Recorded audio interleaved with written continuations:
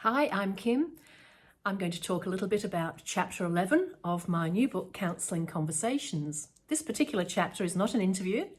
It is my opportunity to kind of sneak a little more information about what counselling is.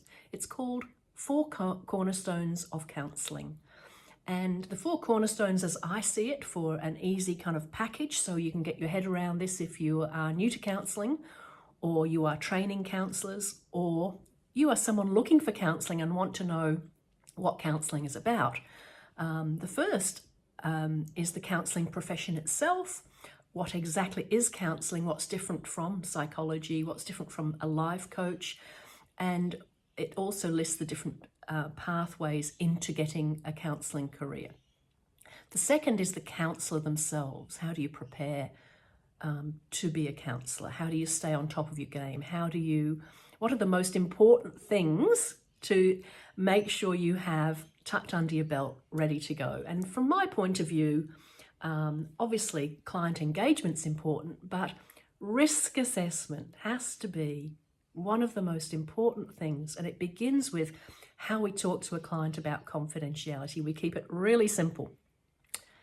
Everything's confidential unless I'm concerned for your safety or the safety of someone else, in particular children. And if that was the case, we would need to talk about who else would need to be contacted to support you or support that other person to increase safety. So being able to come up with a conversational risk assessment around suicide risk, family violence risk, without needing to have a form to tick.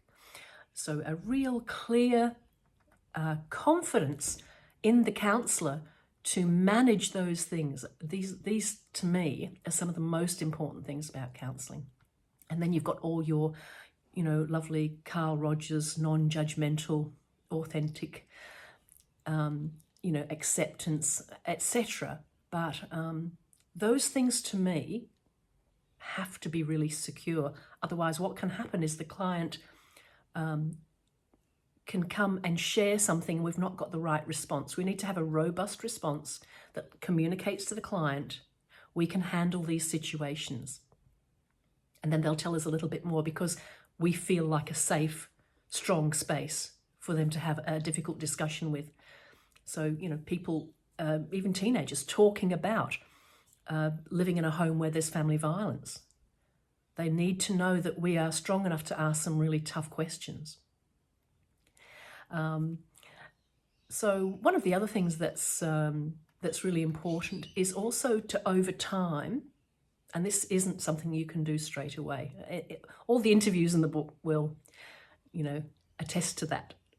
What happens is over time, you develop a philosophy around who are you and what's best for the client to be more of you. So you have to get to know yourself.